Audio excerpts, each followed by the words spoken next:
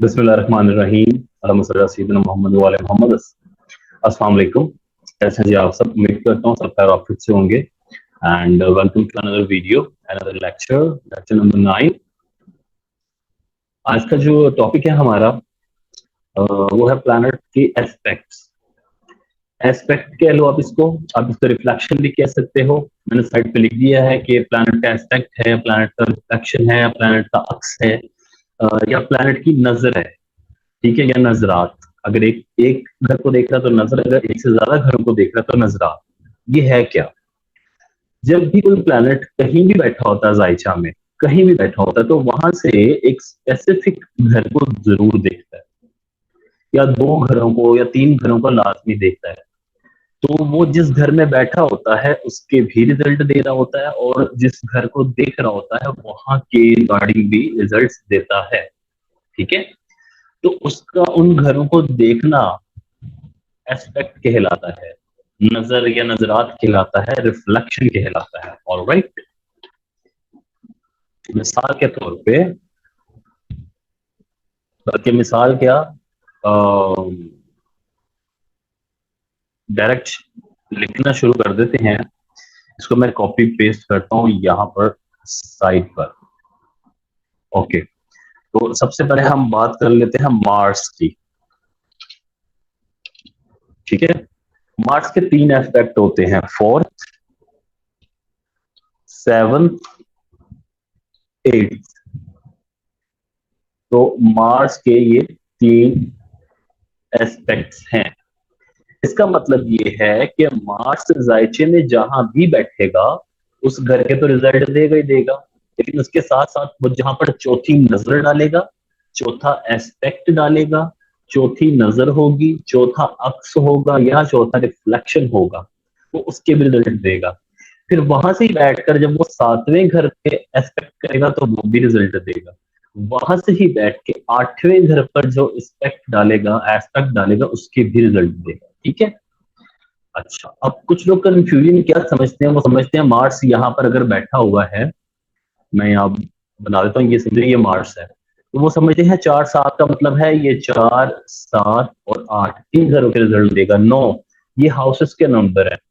हमने ये चार सात आठ प्लेनेट की प्लेसमेंट से गिनना है। ठीक है, जहां पर मार्स बैठा हुआ है। सपोज किसी का मार्स यहाँ पे बैठा हुआ है 12वें घर में। ठीक है, ये 12वां घर होता है ना किसी भी राज्य का।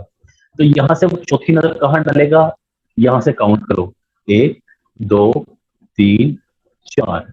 तो वो यहाँ से चौथी नजर डालेगा इस तीसरे घर पे, फिर पांच, छ, सात। इसी बार में से सातवीं नजर डालेगा वो छठे घर पे, और इसी 12वें घर से वो आठवीं नजर डालेगा सातवें घर पे। तो ये मार्स की तीन नजरात हैं, जहां पर बैठना वहां से एस्पेक्ट डालना। अब अगर मार्स अच्छा बैठा हुआ है, किसी का अच्छा रिजल्ट दे रहा है, तो जब वो ये तीन नजरात इन तीन घरों पर डालेगा ना, तो वो इनके भी अच्छे ही रिजल्ट देगा। और अगर वो बुरा बैठा हुआ नुकसान दे रहा है, तो वो इन तीन घरों पे भी जहां पे वो नजरात डाल रहा है अपनी चौथी, सातवीं, आठवीं, तो वहां पर वो नुकसान देगा। एक चीज मैं और ऐड कर देता हूँ कि इसको हिंदी में क्या बोलते हैं, अगर आप हिंदी एस्ट्रोलॉजर सुनेंगे तो इसको बोलते हैं दृष्टि। ये भी आपको याद होना चाहिए, हिंदी में इसको बोलते हैं दृष्टि। तो मार्स की टोटल तीन दृष्टियां हैं, चार, सात एंड आठ। और ये क्या हुआ? अच्छा, sorry, let me type again, बल्कि ऊपर डाल देता हूँ, एस्पेक्ट से ऊपर दृष्टि। ओके। अच्छा, अब सपोज मार्स किसी का बैठा हुआ है यहाँ पर। अब मार्स की तीन दृष्टियां हमें याद होना चाहिए, चौथी, सातवीं और आठवीं। अब चौथी नजर कहाँ जा रही है? चौथी नजर उसकी जा रही है यहाँ पर। सातवीं नजर उसकी जा रही है इस नौवें घर पर, और आठवीं नजर जा रही है इस 10वें घर पर। तो मार्स इन तीनों घरों के रिजल्ट देगा। अब वो अच्छे देगा या बुरे, उसके लिए आपको पता होना चाहिए कि मार्स हमारे दायरे में अच्छा है या बुरा है। ठीक है, वो हम आगे जाके पढ़ेंगे, मैलेफिक और बेनिफिक, हर कुंडली में कौन सा प्लैनेट मैलेफिक और कौन सा बेनिफिक है। तो मार्स की टोटल तीन दृष्टियां हैं, चार, सात और आठ, ये आपको याद होनी चाहिए। नेक्स्ट आ जाता है जो planet, that is Saturn.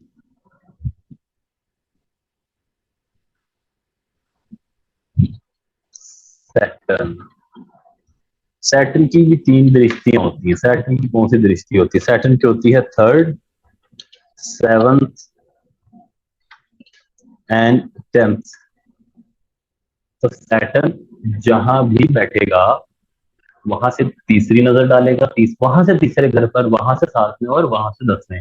Suppose किसी का सैटर्न यहाँ बैठा हुआ है, अब वो इस घर के रिजल्ट दे रहा है उसको, 10वें घर के अच्छे या बुरे, अभी हम इस बारे में डिस्कस भी कर रहे हैं। वो 10वें घर के रिजल्ट देगा उस बंदे को, यहाँ से वो तीसरी दृष्टि डालेगा तीसरे घर पे, 1 2 3। तो सैटर्न इस घर को भी देख रहा है, फिर यहाँ से 7वीं दृष्टि बिल्कुल सामने डालेगा, इसको भी देख रहा है, और यहाँ से 10वां घर, 7वां घर जो है उस पर उसकी 10वीं दृष्टि पड़ रही है। तो हमें ये एस्पेक्ट्स याद होने चाहिए ताकि हमें पता हो कि हमें कौन सा प्लैनेट अगर नुकसान दे रहा है तो वो किन किन घरों को नुकसान पहुंचा सकता है, अगर फायदा दे रहा है तो वो और किन किन घरों में जाकर फायदा दे सकता है। क्योंकि यहाँ पर बैठ के सैटर्न सिर्फ 10वें ही घर को नहीं देख रहा, वो इन 3 जगहों को भी देख रहा है, क्योंकि उसकी 3 नजरात है, ये उसने नजर रखी हुई है इन 3 जगहों पर। ओके, तो ये आपको याद होना चाहिए। Next one is Jupiter.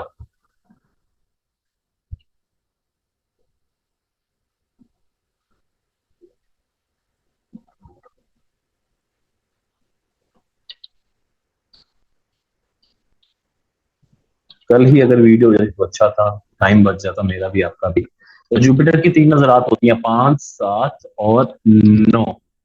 Jupiter जहां बैठता है वहां से इन 3 घरों को देखता है। ठीक है, सपोज जुपिटर किसी का यहाँ बैठा हुआ है, नहीं यहाँ हमने सैटर्न का पढ़ लिया, हम यहाँ करते हैं। सपोज जुपिटर किसी का यहाँ बैठा हुआ है, तो यहाँ से वो 5वीं दृष्टि कहाँ पे डाल रहा है, गिन काउंट करो, 1 2 3 4 5। तो जुपिटर उसको 10वें घर को भी देख रहा है, ठीक है, 5।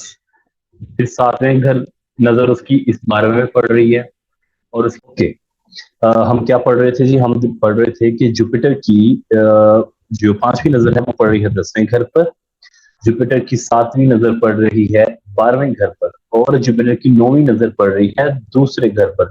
तो इट मीन्स कि जुपिटर अगर अच्छा बैठा होगा तो वो इन तीनों नजरात, जहां जहां भी वो तीनों नजरात डालेगा, जहां जहां पर वो एक्सपेक्ट कर रहा है 5 7 9 पर, तो वो वहां के भी अच्छे ही रिजल्ट हमेशा आपको देगा। ओके, यस, इसकी मैं एक एग्जांपल देता हूं आपको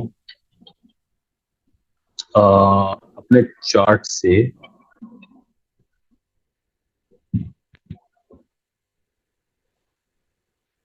अगर मैं दे पाऊं तो, यस, अब एक चार्ट में जुपिटर यहां बैठा हुआ है 11वें घर में, ठीक है, और ये जो 11वां घर है ये कौन सा है, ये है जी कैंसर, क्योंकि यहाँ पे 4 लिखा है। ओके, और अगर यहाँ पे 4 लिखा हुआ है तो इट मीन्स ये वृश्चिक कुंडली है, यहाँ पे 6 लिखा होगा, यहाँ पे 5, यहाँ पे 7, यहाँ पे 8, यहाँ पे 9 10, ये आ गया 11 एक्वेरियस, ये 12 पाइसिस, 1 2 एंड 3। जुपिटर 11वें घर में बैठा होगा, यानी बुर्ज सरतान के अंदर। तो यहाँ पे जुपिटर क्या होता है, यहाँ पे जुपिटर एग्जॉल्ट हो जाता है, शर्फ का हो जाता है। अब जुपिटर इस जायचे में किन घरों का मालिक है? अब सबको पता है जुपिटर सेजिटेरियस का लॉर्ड है और पाइसिस का लॉर्ड है, यानी चौथे घर का लॉर्ड, और यहाँ 12 लिखा हुआ है तो 7वें घर का लॉर्ड। तो इन दोनों घरों का जो मालिक है वो कहाँ पे बैठ गया है, देखो 11वें में। चौथा घर हमारी घर गाड़ी तमाम किस्म की लग्जरीज, हमारी मदर सबसे बढ़कर, वो चलेगी कहाँ पर, एग्जॉल्शन में। तो इट मीन्स माँ से बे इंतहा प्यार करने वाला, क्योंकि एक प्लैनेट उच्च का हो गया ना, एग्जॉल्ट का हो गया, यानी उस प्लैनेट का मतलब यह है कि ऐसे प्लैनेट को इंसान ने अपने सर पे बिठा लिया है। ठीक है, तो माँ से बहुत ज्यादा लगाव, बहुत ज्यादा प्यार, बहुत ज्यादा मोहब्बत इस बंदे की नजर आती है इस चार्ट से। सेकेंडली 7th का Lord, what is 7th? 7th हमारी वाइफ, हमारा स्पाउस, सॉरी, वाइफ और हस्बैंड दोनों, हमारी डेली वेजेस, हमारी पार्टनरशिप, उसका मालिक भी जुपिटर है, और वो एग्जॉल्टेड हो गया है कहाँ पर, 11th में। तो 7th का लॉर्ड एग्जॉल्ट हो जाना, इट मीन्स कि आपकी वाइफ बहुत या आपका हस्बैंड बहुत लकी होगा, आपको लक में राइज जो आएगा वो आएगा ही शादी के बाद। अगर कोई लड़का है उसका सेवंथ लॉर्ड जुपिटर एग्जॉल्टेड है, ठीक है, यानी अगर कोई बंदा है जिसका जायचा मरकरी है और उसका जायचे का सेवंथ लॉर्ड एग्जॉल्टेड हो गया, तो इट मीन्स कि उस लड़के की लक इंप्रूव होगी, उस लड़के की लक राइज करेगी। कब? शादी के बाद, क्योंकि शादी का मालिक जो उसकी वाइफ है, जो उसका स्पाउस है, वो एग्जॉशन में चला गया। इट मीन्स बहुत ही अच्छे पढ़े लिखे पार्टनर की निशानी। जुपिटर व्हाट इज जुपिटर क्या है? मतलब नॉलेज है, गेन है, टीचर है, गुरु, रूहानियत, अच्छी डिग्री। तो उसका मालिक चला गया 11th में। इट मीन ऐसे बंदे की वाइफ या ऐसे बंदे का, ऐसी लड़की का हस्बैंड बहुत पढ़ा लिखा, बहुत मतलब शरीफ इंसान, बहुत ही शरीफ इंसान, अच्छा पढ़ा लिखा। और अगर क्योंकि मून के घर में तो वो गुड लुकिंग भी होगा, और अगर साथ मून आ जाए या मून देख ले इसको, तो इट मीन्स के या मून का एस्पेक्ट हो जाए इस पर, तो इट मीन्स वो बाकी बहुत एक्सट्रीमली ब्यूटीफुल पार्टनर, बहुत ही एक्सट्रीमली ब्यूटीफुल स्पाउस होता है इससे बंदे का। ठीक है, तो ये जरूर आपने चीजें याद रखी हैं। तो अब ये चौथे और सातवें का मालिक 11वें में बैठ के एग्जॉल्शन में चला गया, तो जुपिटर, इसका मतलब ये ऑटोमेटिकली अच्छा हो गया इसके चार्ट में। जिस इंसान के चार्ट में कोई वर्गो है और उसके चार्ट में यहाँ पर बैठा हुआ है 11वें हाउस में, तो उसका मतलब उसका जुपिटर बहुत अच्छा है, बहुत स्ट्रॉन्ग है। अब जुपिटर यहाँ से 3 नजर डाल रहे हैं, फिफ्थ, सेवंथ एंड नाइन। अब हम फिफ्थ देखते हैं, नजर कौन सी है? 1, 2, 3, 4 एंड फिफ्थ। जुपिटर यहाँ से पांचवी नजर डाल रहा है तीसरे पर। तीसरा घर मेहनत का, फजूल के सफर का होता है। इट मीन्स अगर जुपिटर की दशा या अंतरदशा उसकी जिंदगी में चल पड़ी, तो उस स्पेसिफिक टाइम पीरियड पे उस बंदे को मेहनत भी करनी पड़ेगी। वो कम मेहनत करेगा और ज्यादा रेवेन्यू जनरेट करेगा। अदरवाइज उसको बहुत मेहनत करनी, हो सकता है पड़ती होगी, वो बहुत मेहनत करता होगा, उसको रिजल्ट वैसे नहीं मिलते होंगे या लेट मिलते होंगे, वट एवर। बट जुपिटर अगर अच्छा है राइचे में, उसकी दशा चल पड़ी है या अंतरदशा चल पड़ी है, इसका पीरियड स्टार्ट हो गया, तो वही जुपिटर जब घर के 11वें घर के रिजल्ट देगा, तो वो अपनी पांचवी नजर जब इधर डालेगा तीसरे घर पे, तो वो अच्छे रिजल्ट देगा तीसरे घर के रिलेटेड। मेहनत कम कर देगा, रेवेन्यू बढ़ा देगा, फजूल के सफर खत्म हो जाएंगे। वो जो सफर करेगा, जो सोच कर करेगा कि यार मैंने ये काम करना है, तो मैं ये काम करता हूँ। यूजली हम लोग ट्रेवल करते हैं, हमारे काम नहीं होते, हम out of city, out of country काम के लिए जाते हैं, बिजनेस के लिए, और हमारा हमें ना काम मिलती है। इस टाइम पीरियड पर जुपिटर की दशा अंतर दशा पर वो जो है बहुत अच्छा वो जुपिटर परफॉर्म करेगा। बट एक चीज आपने बिल्कुल नहीं भूलनी, जुपिटर की डिग्री वाइज, डिग्री स्ट्रॉन्ग होनी चाहिए, जो हमने कल लास्ट पढ़ा। डिग्री वाइज प्लैनेट को सबसे पहले देखना है वो कितना कैपेबल है आपको रिजल्ट देने के, ठीक है। इसके अलावा छोटे बहन भाइयों का भी घर होता है हमारा, जो तीसरा घर है, तो इट मीन उसके छोटे बहन भाइयों के लिए भी ये ट्रांजिट बहुत अच्छा होगा। अब वो उसका कॉन्टेक्स्ट कुछ भी हो सकता है, इसको अगर उसका कोई छोटा बहन या भाई है, उसकी शादी की बात नहीं हो रही, उसकी शादी नहीं हो रही, तो जब इस बंदे के चार्ट में जुपिटर ट्रांजिट में यहाँ पर आएगा और दशांतर दशा भी चल पड़ेगी, जुपिटर स्ट्रॉन्ग हो गया, तो उसके छोटे बहन भाई की भी शादी की टाइमिंग देखी जा सकती है इसके चार्ट से, ठीक है। फिर जुपिटर यहाँ से डालेगा अपनी कौन सी, अगली इसकी नजर है सातवीं नजर। सातवीं नजर कहाँ पड़ रही है? यहाँ से गिनते हैं, 1, 2, 3, 4, 5, 6, 7। तो यहाँ से सातवीं नजर वो यहाँ पे भी डाल रहा है। अब जुपिटर इतना अच्छा है जो उसको रिजल्ट दे रहा है, तो वो पांचवें घर को भी स्ट्रॉन्ग करेगा। पांचवा घर हमारी नॉलेज का होता है, इस टाइम पीरियड पे इस बंदे की नॉलेज बढ़ जाएगी, क्योंकि पांचवा घर हमारी नॉलेज है, इंटेलिजेंस, सहानत। जुपिटर क्या करता है? एक्सपैंड करता है, बढ़ाता है, हर चीज को बड़ा करता है, तो जहन बहुत तेज हो जाएगा, शार्प हो जाएगा, चीजें आसानी से याद होंगी, कुछ ना कुछ नया इजीली सीख लेगा। पांचवा अगर स्टमक का होता है, स्टमक फिट रहेगा, उसका बहुत अच्छा रहेगा। और इसके अलावा अगर वो उसको स्टमक की इश्यूज हैं, तो आपने अक्सर सुना होगा, हम कहते हैं इसका जिगर बढ़ गया, जिगर का साइज बढ़ गया, तो वो भी इसको थोड़ा तंग कर सकता है। और पांचवें घर पर इसकी जो सातवीं नजर पड़ रही है जुपिटर की, ये बेटे का भी एक योग बनाता है। पांचवें घर पर अगर जुपिटर आ जाए या जुपिटर देख ले, तो बेटे का भी योग बनता है। वैसे तो एक थ्योरी ये भी है जो फजूल सी इंतहाई के पांचवें घर में जुपिटर हो तो बेटी होती है, ऐसा मतलब हर बार नहीं होता, तो और भी बाकी सारे प्लैनेट्स को देखना होता है। बट अभी हम क्योंकि जुपिटर की बात कर रहे हैं, बस इसीलिए हम जुपिटर को ही देखेंगे। तो जुपिटर पांचवें घर को देख रहा हो, तो बेटा होगा पहली औलाद, जहानत बहुत ज्यादा होगी, शार्प होगा, माइंड शार्प होगा। और जुपिटर हमें पता है रूहानियत से मंसूब किया जाता है, तमाम वज़ाइफ, वजीफे, पढ़ाइयाँ, जिक्र अस्कार, रात को तहज्जुद पढ़ना, ये पढ़ाई वगैरह सारी, तो वो पांच घर को और स्ट्रॉन्ग करेगा। तो इस टाइम पीरियड पर ऐसा बंदा अगर दशांतर दशा चल रही हो और जुपिटर स्ट्रॉन्ग हो और जुपिटर इसी 11वें घर में बैठा हो, तो वहां से जब वो 5वें घर को देखेगा तो ये बंदा बहुत ज्यादा इबादत गुजार बन जाएगा इस टाइम पीरियड के दौरान। फिर जुपिटर की जो 9वीं नजर पड़ रही है वो पड़ रही है अपने ही घर पर, जो उसका अपना घर है पाइसिस। अगेन कारोबार बढ़ेगा, पार्टनरशिप जिसके साथ कर रहा है बढ़ेगी, फायदे होंगे डेली बेसिस, अगर वो डेली बेसिस पर है, लाइक रोज का 1000 कमाता है तो उसमें भी इंक्रीमेंट लगेगा, उसकी वो डेली वेजेस बढ़ जाएंगी। और 12वां घर वाइफ या हस्बैंड भी होता है, तो अगेन उसको भी देख रहा है, तो वाइफ या हस्बैंड बहुत अच्छी, बहुत खूबसूरत, पढ़ी लिखी, डिग्री वाली और अच्छे नेक, मुझे बोलना चाहिए कि नेक किरदार की वो लड़की होगी या नेक किरदार का वो लड़का होगा, और इस टाइम पीरियड पर उनके आपस की जो बॉन्डिंग है वो और स्ट्रॉन्ग हो जाएगी। तो हमेशा याद रखते हैं डिग्री और दशा, ये दोनों चीजें बहुत इंपॉर्टेंट है। ऑलराइट, तो जुपिटर की जो नजरात हैं वो 5 7 और क्या है जी, वो है 9। सपोज किसी का जुपिटर ना यहाँ पर बैठा हुआ है, तो यहाँ से 5वीं नजर कहाँ पड़ रही है, 1 2 3 4 5, तो जुपिटर की नजर यहाँ पड़ी। 7वीं नजर उसकी पड़ेगी यहाँ पे, और 9वीं नजर पड़ेगी इसकी यहाँ पे। अब कुंडली कोई भी हो सकती है, ये यहाँ पे 1 भी लिखा हो सकता है, यहाँ पे 11 भी लिखा हो सकता है, यहाँ पे 12 भी लिखा हो सकता है, यहाँ पे खाली 2 भी लिखा हो सकता है, 3। अभी हम जोडिक्स की बात ही करेंगे कि खाना कौन सा कौन सा गुर्जा, अभी सिर्फ मैं घर की बात कर रहा हूँ। तो जुपिटर जब यहाँ से अगर अच्छा बैठा हुआ है और सातवें घर को देख रहा है, अगेन वाइफ के साथ बॉन्डिंग बहुत अच्छी, डेली वेजेस बहुत ज्यादा, डेली वेजेस इंक्रीज होना और पार्टनरशिप अच्छी होगी। यहाँ से 9वें घर को देख रहा है, तो ऐसा बंदा, और अगर नशा का दिशा चल रही है और बच्चा स्टूडेंट है तो इजीली ग्रेजुएशन कंप्लीट कर लेगा, क्योंकि 9th हाउस हायर स्टडी का होता है। इस टाइम पे वो हायर स्टडी शुरू कर देगा, ग्रेजुएशन किया तो वो मास्टर्स करना शुरू कर देगा या पीएचडी में चला जाएगा, करेगा। जुपिटर ओरिजिनली मैंने पढ़ाया था आपको 9th हाउस का लॉर्ड है, 9th हाउस का। तो इस टाइम पीरियड पर ये बंदा मजहबी सफर, हज, उम्रा, जियारत, अगर कोई हिंदू है तो वो जो भी हिंदुओं की अपनी मजहबी सफर होते हैं किसी स्पेसिफिक जगह पर वो अपनी जाएगा। क्रिश्चियन है तो उसको क्रिश्चियन को शौक होगा कि मैं अपने जो सबसे बड़ा हमारा जो चर्च है वहां पर जाऊं, जो सबसे इंपॉर्टेंट उनकी प्लेस है वहां पर जाऊं। सिख है तो कहेगा यार मैं गोल्डन टेम्पल जाऊंगा। तो ये 9th हाउस बेसिकली रूहानी सफर का भी होता है, शॉर्ट ट्रैवल्स का और हायर एजुकेशन का, फादर के साथ बहुत अच्छे रिलेशन होंगे।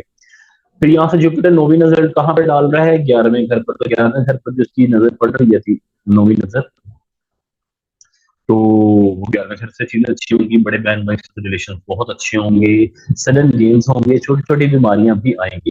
तो आपको याद क्या करना है, याद ये करना है कि जुपिटर की नजरात कौन कौन सी होती हैं। ऑलराइट, ओके, आगे आ गया जी राहु।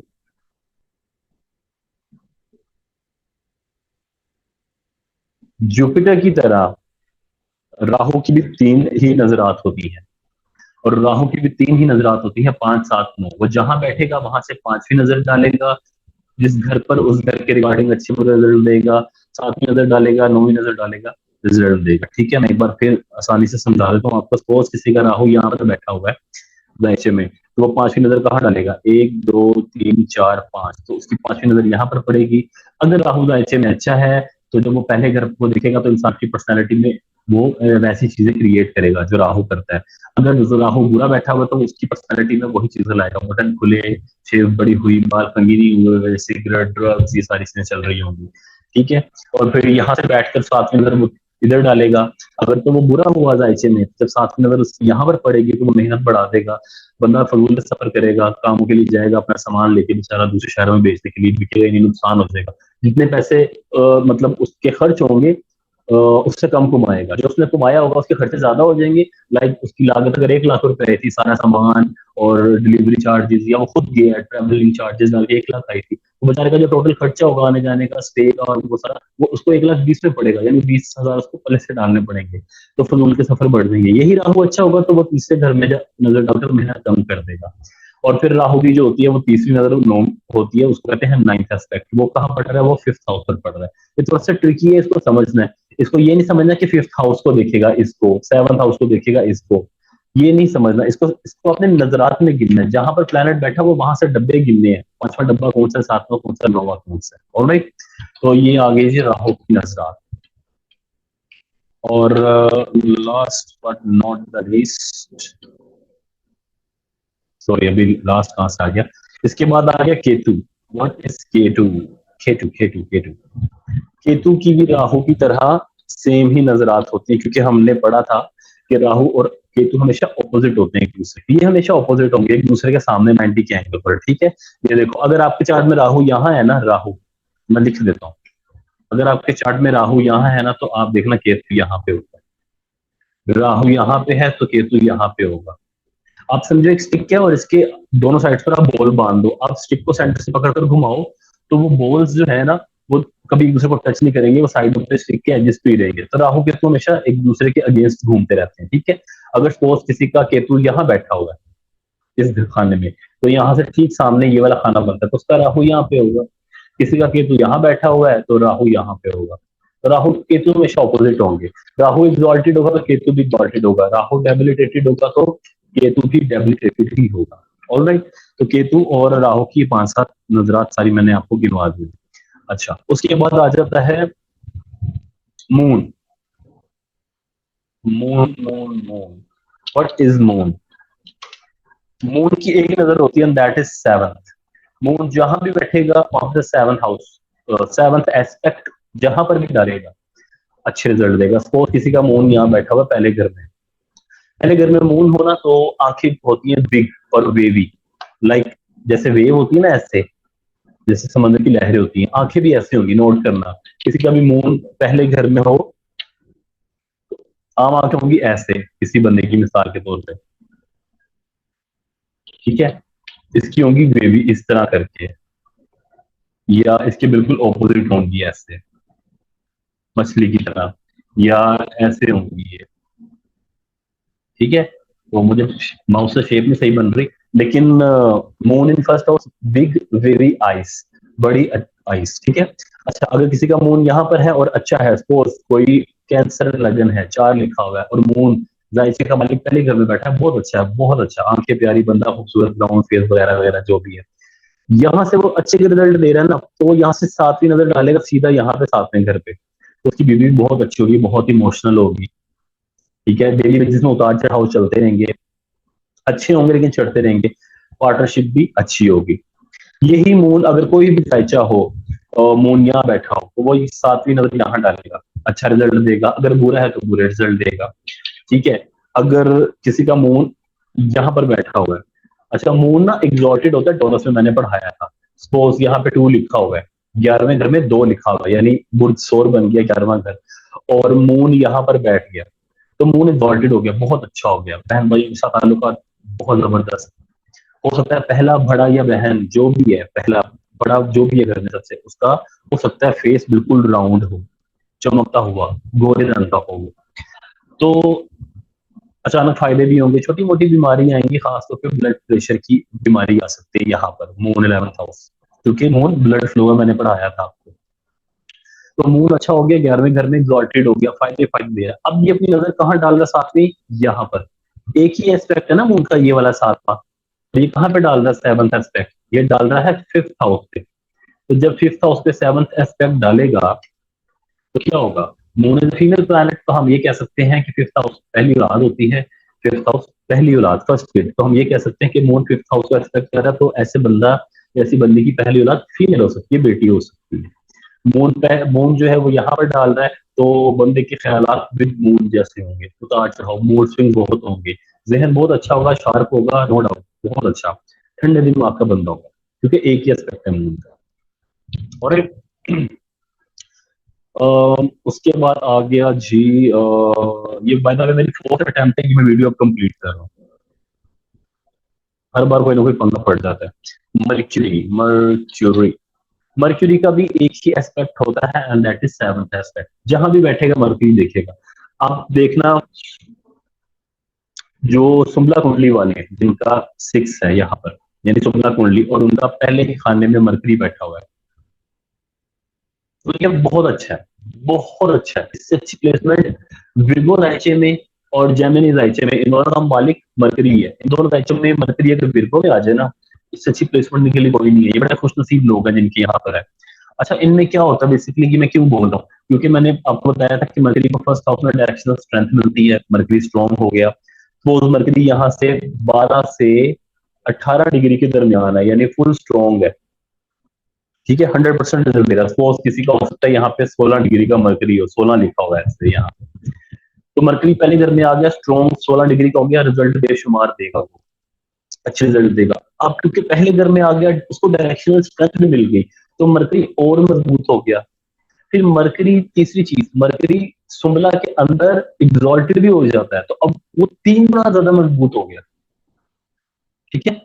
और चौथी चीज मैं बता दूं, अगर यहाँ पे स्टार बना हुआ मरकरी के साथ पहले घर में, तो मरकरी रेट्रोग्रेड हो गया, अब वो 4 गुना मजबूत हो गया। सपोज अगर किसी को मरकरी ने यहाँ पे बैठ के 100 रुपया फायदा देना था ना, और अगर किसी का मरकरी 16 डिग्री का, वो सुमला है, 16 डिग्री है, और साथ वो मरकरी जो है ना वो क्या हो गया है, रेट्रो हो गया ऐसे, और साथ 16 डिग्री भी है।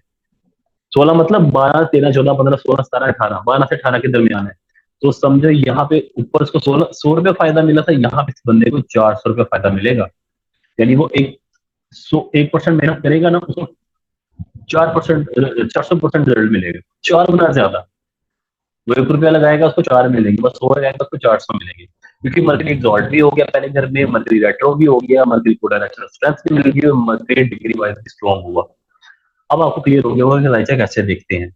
डिग्री भी देखनी है, उसकी ग्रोथ एंड डेबिलिटेशन भी देखनी है, और उसकी रेट्रोग्रेडेशन भी देखनी है। रेट्रोग्रेडेशन का मतलब हरगिज बुरा नहीं होता। रेट्रोग्रेडेशन का मतलब होता है कि अगर प्लैनेट अच्छा है, जायचे में अच्छा बैठा हुआ है, साथ बैठा हुआ है, और जायचे में बेनिफिक है, तो अच्छा रिजल्ट दे रहा है। रेट्रोग्रेड होगा तो उसकी अच्छाई की, उसकी पॉजिटिविटी की जो वो थी ना डेंसिटी, वो 3 गुना ज्यादा बढ़ गई। तो अगर प्लैनेट कोई भी हो जायचे में बुरा बैठा हो और वो रेट्रोग्रेड हो जाए, तो वो समझो लग गए बेचारे को। ठीक है। अब जैसे चलो बता देता हूँ आपको, बताता नहीं हूँ यूएली। मैं खुद मरकरी हूँ, वर्गो लगन है मेरा, और ये है पाइसेस 7वां घर। मेरा मरकरी यहाँ पे बैठा हुआ है। ठीक है। और रेट्रोग्रेडेड बैठा हुआ है। ये मैं आपको एग्जाम्पल दे रहा हूँ समझाने के लिए।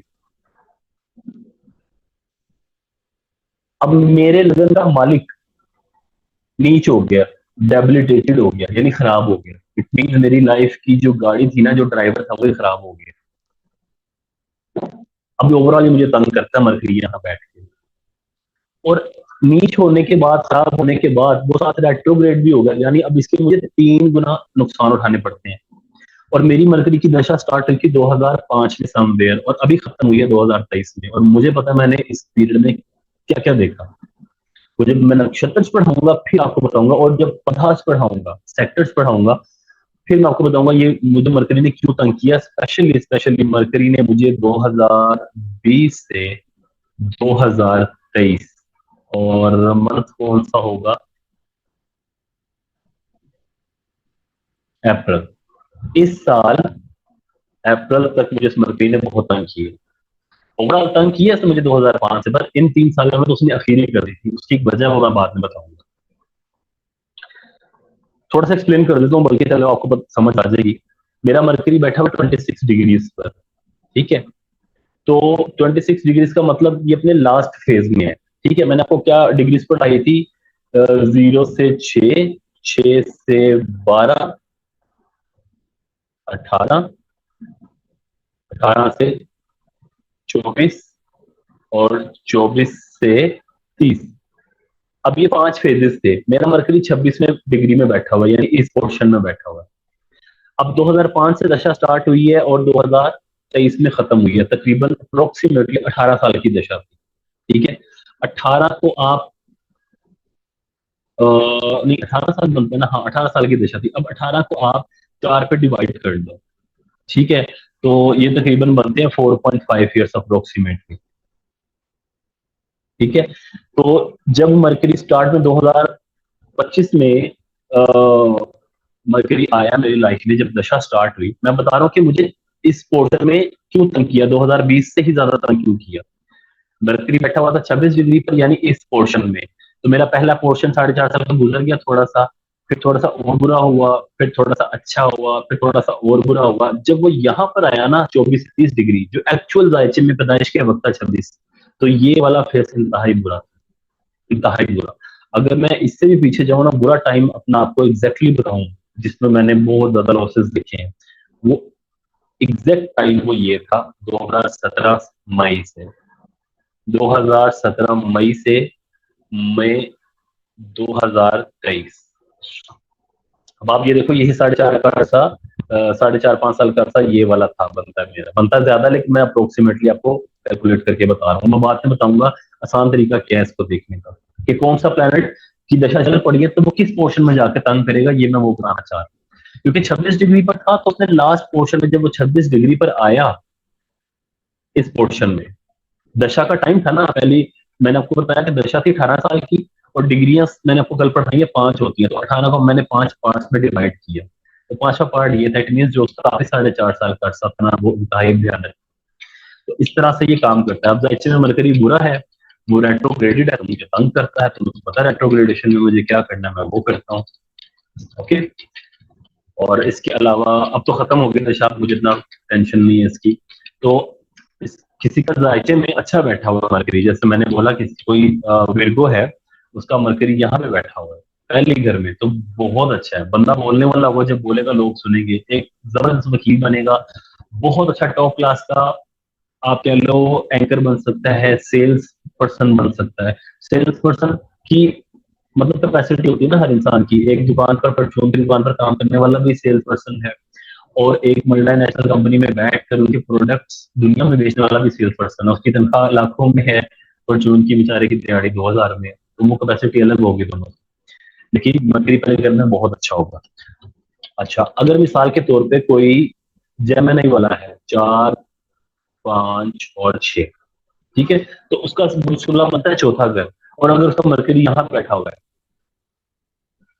चौथे घर में, माँ के साथ ताल्लुकात बहुत अच्छे होंगे, बंदा बहुत अच्छा होगा, घर गाड़ी जब चाहेगा बदल लेगा, मरकरी की दशा अंतर्दशा में बेहतरीन घर गाड़ी, बोलने वाला, बहुत अच्छा। यानी मरकरी, क्योंकि इन दोनों राइचों में ना मरकरी का स्ट्रॉन्ग होना बहुत जरूरी है। अब जैसे मैंने आपको अपनी एग्जांपल दी, वो सुमला की मरकरी खराब है सपोज, अब इस हिसाब से जो स्पाइसिस बनता है वो यहाँ बनता है, ठीक है। ये हमने 3 लिखा ना पहले खाने में, जेमिनी, तो अब स्पाइसिस आ जाएगा यहाँ पे, क्योंकि ये आ जाएगा 7, 8, 9, 10, 11 और ये 12 है। अब सपोज कोई जेमिनी है ना, और उसका मरकरी यहाँ पे है, तो फारिग हो गया वो जेमिनी, वो सारी जिंदगी परेशान ही रहेगा, परेशानियां नहीं खत्म होंगी उसकी, क्योंकि लगन का मालिक ही गलत घर में चला गया, नीच हो गया, डेबिलिटेटेड हो गया। तो ये चीजें आपने जो है वो याद रखनी है, ठीक है।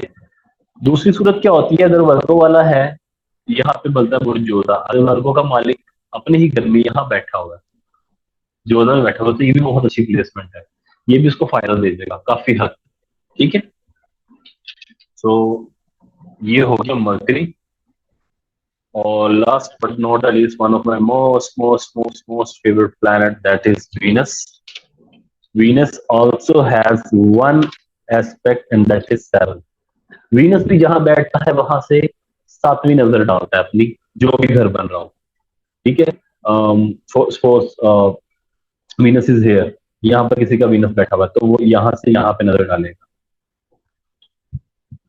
किसी का वीनस यहाँ पे है, तो यहाँ पे नजर डालेगा, ठीक है। किसी का वीनस यहाँ पे है, तो वो यहाँ 7वीं नजर डालेगा। अब 7वीं नजर डालेगा, अब आपने ये देखना है कि वो वीनस जहाँ बैठा हुआ है वो अच्छा है या बुरा है, ठीक है। वो हम 1 बाय 1 मैंने प्लान किया, और मैंने तैयार कर लिया सारा, 1 बाय 1, एरिस से लेकर पाइसेस तक मैं सारे बुर्ज पढ़ाऊंगा, कौन से मैलेफिक होते हैं प्लैनेट और कौन से बेनिफिक होते हैं प्लैनेट, ठीक है। तो अब सपोज मैं कहता हूँ यहाँ पे 2 लिखा हुआ है, इट मीन ये सुमला कुंडली है, क्योंकि यहाँ 6 आ जाएगा, यहाँ पे 5 उल्टा चलेंगे, 5, 4, 3, 2 आ गया, 1, ये 12 आ गया, ये 11, यानी सुमला कुंडली है। अब दूसरा अगर देखो लिब्रा है, लिब्रा का मालिक वीनस है, और ये 9वां घर टॉरस है, तो टॉरस का मालिक भी वीनस है, तो वीनस अपने ही घर में बैठा हुआ है, और अच्छे घर में, 9वें घर में, मूल त्रिकोण घर में बैठा हुआ है, तो यहाँ पे फायदा देगा। एक चीज क्लियर होगी, ये लाख का घर होता है, 9वां घर, अगर ये लड़के का चार्ट है तो वाइफ के आने के बाद किस्मत खुलेगी, सिंपल इज दैट। क्योंकि वीनस हर लड़के के चार्ट में वाइफ वीनस है, ठीक है, हर लड़के के चार्ट में वाइफ जो है वो वीनस है। तो वीनस लक के घर में चला गया, यानी वाइफ लाइफ में जैसे आएगी लक ओपन हो जाएगी, लक ओपन हो जाएगी, मजहबी ट्रैवल भी होंगे, ये हर जुमरा भी बंदा लाजमी करेगा, डिग्री भी इसके पास अच्छी हो जाएगी, ठीक है।